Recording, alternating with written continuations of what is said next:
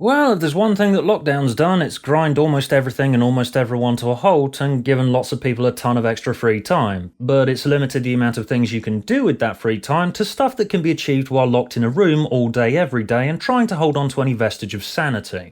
So to fill some of that time, I've listened to and thrown together this video about 10 random Big Finish Doctor Who plays that I've either revisited or listened to for the first time while in lockdown so far. Which, given this is the insanely prolific Big Finish here, is really not very many. What I've listened to over the last couple of weeks probably accounts for like 0.02% of their back catalogue. Maybe I'll get to like 1 or 2% by the time this is all over.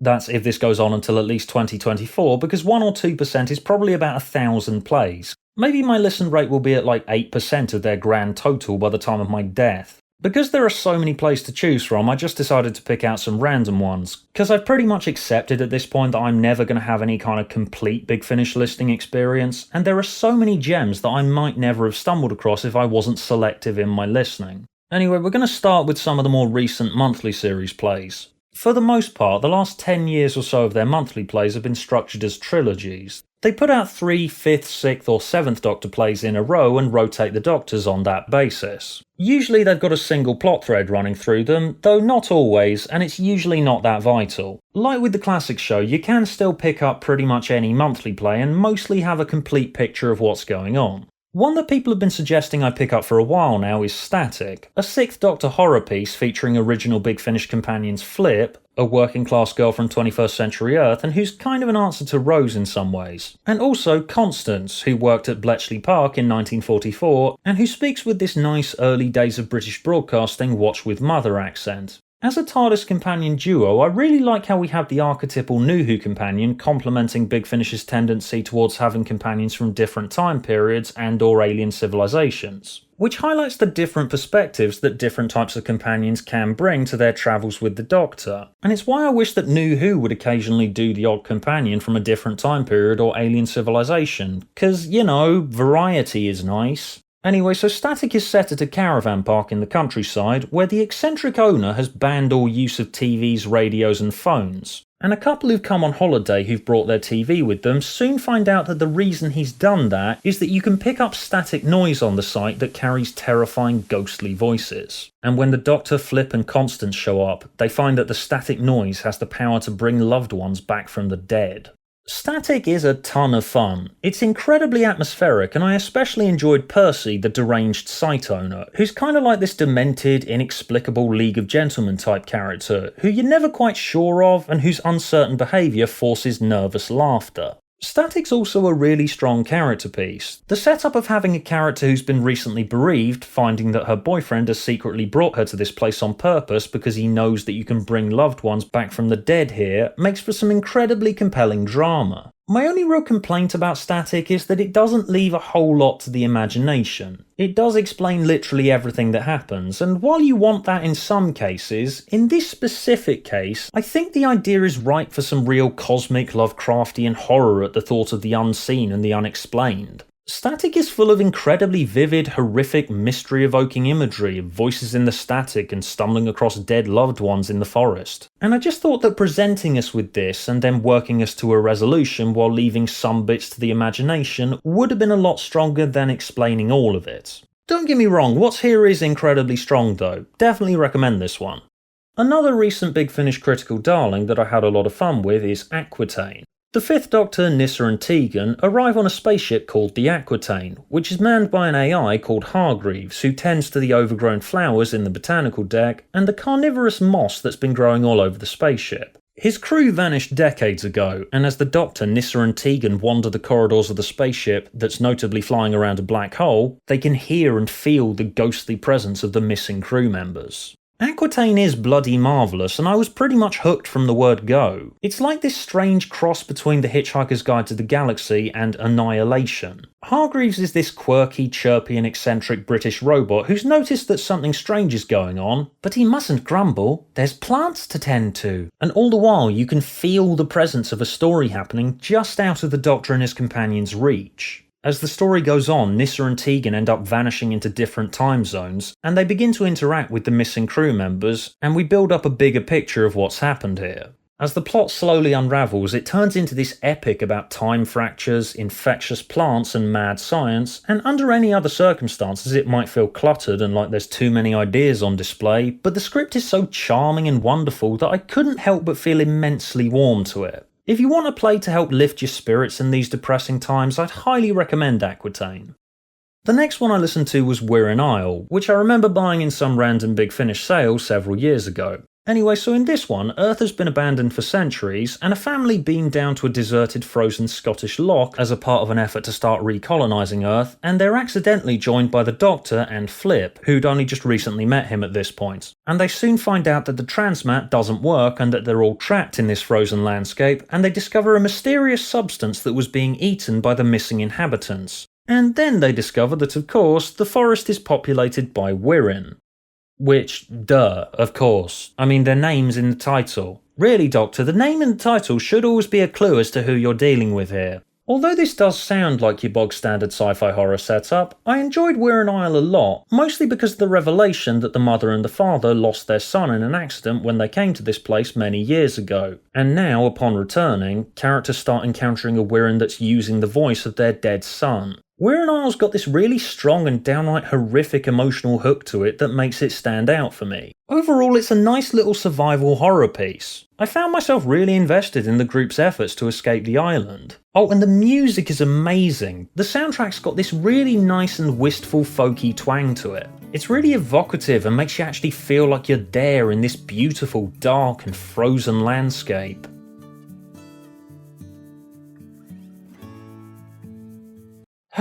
You remember outdoors, do you?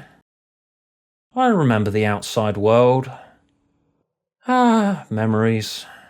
Next up, I've got a few lost stories to recommend. What this range does is provide adaptations of stories which were either proposed or actually in development at various points during classic Doctor Who's run, but never made it to production for various reasons, which I think is a really cool idea for a range. I'd read the Wikipedia page about unmade Doctor Who serials many times before I discovered this range. It doesn't always work, but this range tries to show you classic Doctor Who serials that might have been made if things had worked out differently.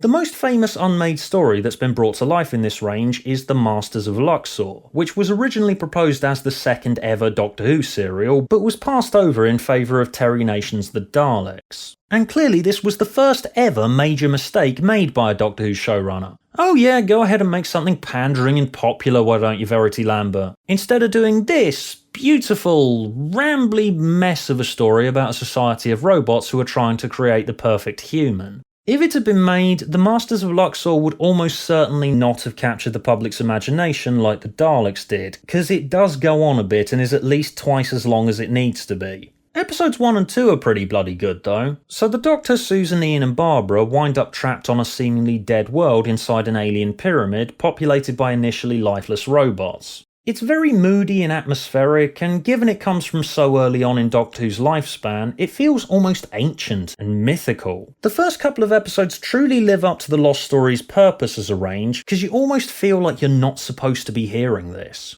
As said though, it is incredibly long and incredibly waffly, and restricting the story to the audio form doesn't really do it any favours. That just draws attention to the problems with the script. It's full of on-the-nose philosophising about what separates a man and a machine, what makes the perfect one different from a human, etc. Which was a popular topic for science fiction at the time, but it had already been done better elsewhere at the time this was written. Masters of Luxor also does seem like it would have been a very visual story if it had ended up being made, although given the budget and capabilities of 60s Doctor Who, it probably would have ended up looking ridiculous. Although if you have a very visual imagination, you can sort of visualise how the story should look, and that kinda helps to distract you from the fact the script is very primitive and typical of early 60s sci-fi. Oh, and it's also typical of old sci-fi and horror's fascination with scaring Westerners with cultures that are not Western, because as is obvious, the Luxorites are clearly modelled on the ancient Egyptians. Because as you may be aware, Luxor is named after a real city in Egypt. Coincidentally, I went on holiday to Luxor very recently. Conveniently enough, a couple of weeks before coronavirus came along and fucked the world to death. Disappointingly, I didn't see a single robot while I was there. The next most famous thing in the Lost Stories range is the original Season 23. When Doctor Who was briefly cancelled in 1985, the original plan for the Sixth Doctor's second season was shelved, and then when it was brought back as Trial of a Time Lord in 1986, the plan stayed on the shelf because of production changes, a vastly reduced screen time, and the concept of Doctor Who on trial began to take shape. Big Finish made a series of 8 plays inspired by this original season and styled it as the Lost Season. Some of these plays are directly modelled on episodes which were slated for the original season 23, such as the incredibly famous, and also not very good, direct sequel to the Celestial Toymaker, The Nightmare Fair, while others are adapted from stories that were proposed around this time. My favourite of these plays is Leviathan. It sees the Doctor and Peri showing up in a bizarre anachronistic version of England in the Middle Ages. But as the Doctor puts it, something isn't quite right. Everything seems a bit chocolate box, too neat and perfect, not nearly grimy enough to be the real Middle Ages. That and the villagers appear to be unfamiliar with the concept of other places, and villagers are hunted down by a bizarre antlered monster called the Hern when it's been arbitrarily decided that it's their time to die. I'm not going to spoil much further because the process of the Doctor and Peri investigating this bizarre little community is incredibly fun and kinda the point of a story like this. Although if you're familiar enough with pulp sci-fi, you can kinda predict the direction it's going in. Like with the Masters of Luxor, you kinda need to listen to this one while thinking within the context of the Sixth Doctor's TV era. A clear effort was made during the production of these Lost Season 23 plays to make them sound a bit more like the Sixth Doctor's TV stories, because Big Finish have notably carved out a different style for their Sixth Doctor plays over the years. They're usually much more grandiose than this in the main range, whereas the Lost Season plays are the Sixth Doctor in a more pulpy mid-80s sci-fi context. Overall, I had a lot of fun with Leviathan, and yes, it can be listened to without having to hear the whole season. Highly recommended. The next one I want to talk about is a little second Doctor story called The Queen of Time, which is a semi-sequel to The Celestial Toymaker, and originally proposed by the writer of said story, Brian Hales. The second Doctor, Jamie and Zoe, wind up in a surreal clock-themed domain ruled over by a mysterious lady called Hecuba who styles herself as the Queen of Time, and she traps her victims in this realm and transforms them into anguished screaming clocks. She traps the TARDIS crew here and makes Jamie and Zoe solve bizarre time-themed puzzles in a shape-shifting labyrinth while watched over by her gargoyles. And she makes the Doctor watch on from a dining hall elsewhere, powerless to help them as she taunts him and makes him eat a series of disgusting meals. The Queen of Time is like a stronger version of the Celestial Toymaker. I've always loved the idea behind the Celestial Toymaker, although the actual execution of that story, at least from the missing episode soundtrack, does leave a lot to be desired. The original serial was basically treated as, let's think of a reason to give William Hartnell a few weeks break from relentless filming, rather than giving the idea of a twisted, godlike alien being playing with the Doctor and his companions in a surreal landscape outside of time the due diligence that I think that idea more than deserves. The Queen of Time is structured similarly to the Celestial Toymaker, in that it foists the companions into a series of twisted puzzles while it puts the Doctor in one-on-one confrontations with our evil godlike alien. But the interplay between these two separate scenarios is much more fluid, and the scenes with the Doctor serve more of a purpose in fleshing out Hecuba. It doesn't feel like we're just killing time until they can figure out how the story ends. I would have loved to have seen Queen of Time actually get made, because it is quite rare for Doctor Who to take us to a dimension where the rules of reality don't apply. You're presented with some wonderfully weird mental images. If you like stuff like The Mind Robber, I'd highly recommend this one.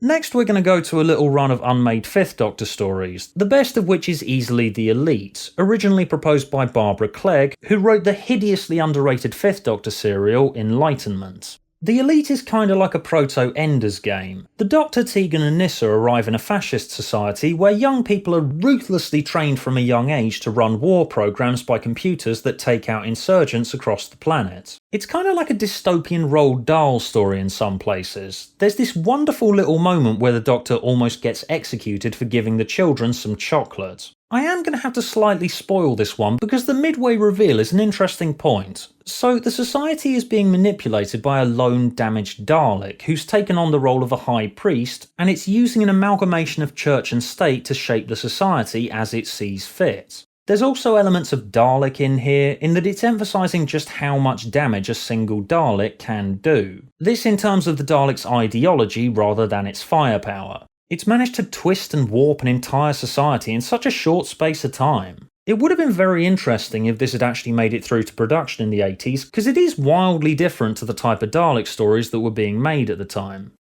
Anyway, now let's move back into some monthly plays from Big Finish's early days that I have fond memories of. Starting with The Fearmonger, which is a 7th Doctor and Ace play which seems to have predicted almost everything that's happening in British and American politics right now. So there's a new far-right party gaining traction in the UK called New Britannia, and the leader of said party, Sherilyn Harper, is the subject of assassination attempts by an unhinged man who can see an alien parasite that's inhabiting her body that feeds off of the fear that Harper generates. The story just sort of chucks you into the middle of the action. The Doctor and Ace have been hunting the Fearmonger for a while at the start of the story, so you may feel a bit lost at first, but the satirical landscape of the media that the story's constructed is so recognisable that you'll probably pick everything up immediately. From the scapegoating rhetoric offered up by Sherilyn to the on-point parody of a radio shock jock, it is incredibly recognisable, and it proves how right the current extreme political landscape that we have at the moment is for a sci-fi explanation.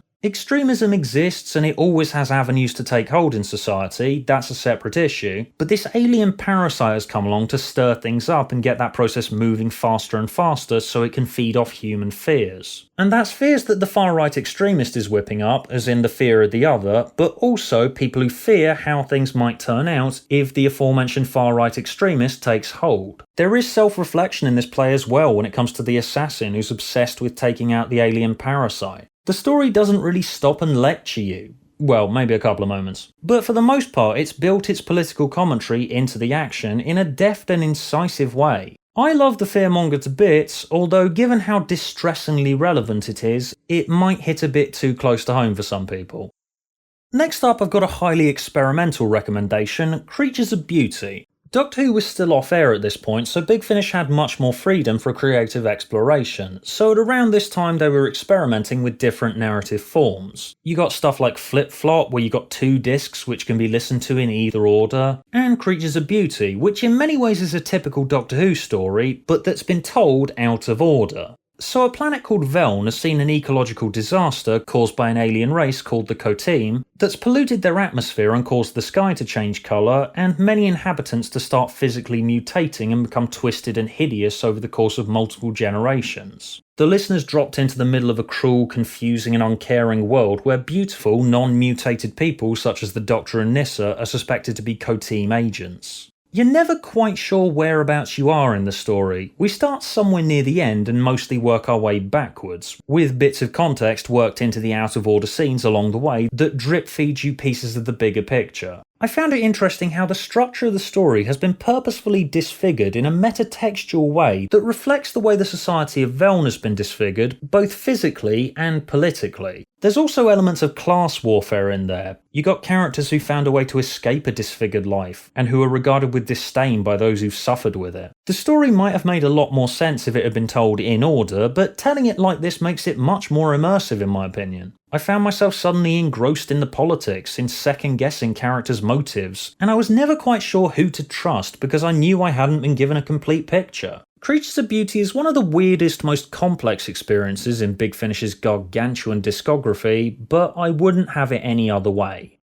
The last one I want to talk about in this video is Red, a rather nasty little 7th Doctor adventure. The Doctor and Mel arrive in the Needle, a towering shape-shifting city where residents have been fitted with chips that remove all violent tendencies. They think they have the perfect society, no crime, no murder, until a condition starts occurring among residents called redlining, which causes them to start giving in to their repressed violent urges. The reason I love Red so much is because of just how unrestrained it is. Classic Doctor Who had a tendency to be quite nasty in places of course, but given we don't have any kind of broadcast conscriptions at Big Finish, Red doesn't have to hold anything back, and the sequences where the residents redline and start acting out their repressed violent urges are chilling enough on their own, but the play goes above and beyond where we just have Sandy Toksvig's Vi character just describing her desire to be hurt by others purely because harm is a concept that's been denied to her for so long. And yes, you did hear me correctly there, I did say Sandy Toksvig's in this. Red's such a good play because it taps into something disturbing about human nature, that the act of denying any kind of inherent violent impulse inside of us increases the lust for that violence to distressing levels. Just the thought of violence becomes thrilling and alluring because it's been placed just out of reach by the restriction of the chip. But when that barrier between you and just the idea of committing acts of violence is broken down, you suddenly find that human morality ceases to matter.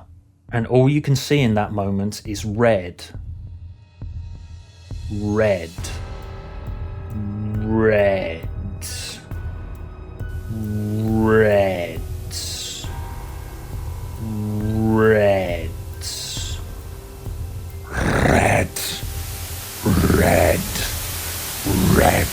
Red. Red. Red. Red. Red. Red.